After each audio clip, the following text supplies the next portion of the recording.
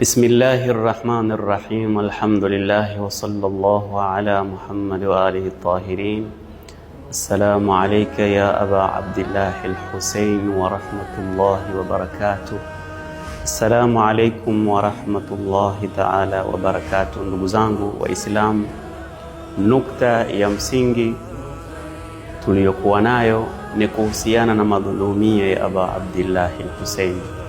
Swali tunalouliza, limadha tuhya madhulumiyatul Imam al-Husayn alayhi salam, ni kwa nini inahuishwa historia nzima ya kuhusiana na dhulma iliyotendeka katika ardhi ya Karbala dhidi ya mjukuu wa Bwana Mtume sallallahu alaihi wa alihi wasallam, al-Imam al-Husayn bin Ali bin Abi Talib, binti mtoto wa binti ya Bwana Mtume sallallahu alaihi wa alihi wasallam.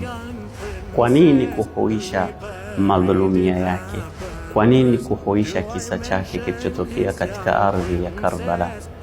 Kwa hakika ndani yake kuna wadhifatun islahia, kuna malengo ya kimatengenezo.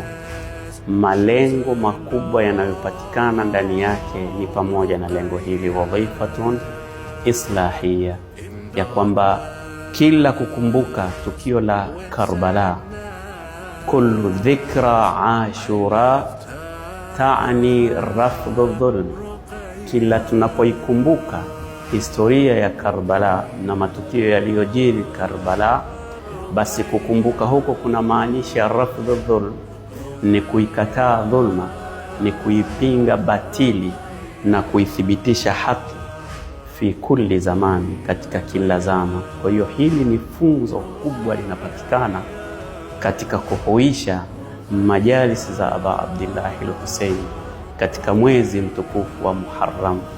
Waislamu wanapokaa basi wanataka kuendeleza ule mwendelezo wa kuikataa dhulma, na swala hili linaendelea kila zama mpaka siku ya Kiyama, na muasisi wa suala la kuikataa dhulma ni Bwana Mtume sallallahu alaihi wa sallam, na al-Imamu Ali akaendelea katika nahji hiyo, katika sira hiyo, na al-Imamu al-Hasani akaendelea na sira hiyo hiyo ya Bwana Mtume sallallahu alaihi wa sallam, na anakuja al-Imamu al-Husayn anaendeleza sira ya babu yake Mtume Muhammad sallallahu alaihi wa sallam, sira ya baba yake Ali ibn Abi Talib ya kuipinga dhulma na kuithibitisha haki na kuwa mbali na batili. Na ametufunza swala hili na linaendelea katika kila zama. Ndio maana tunasema kullu yawmin ashura wa kullu ardhin Karbala, kila siku ni Ashura na kila ardhi ni ya Karbala.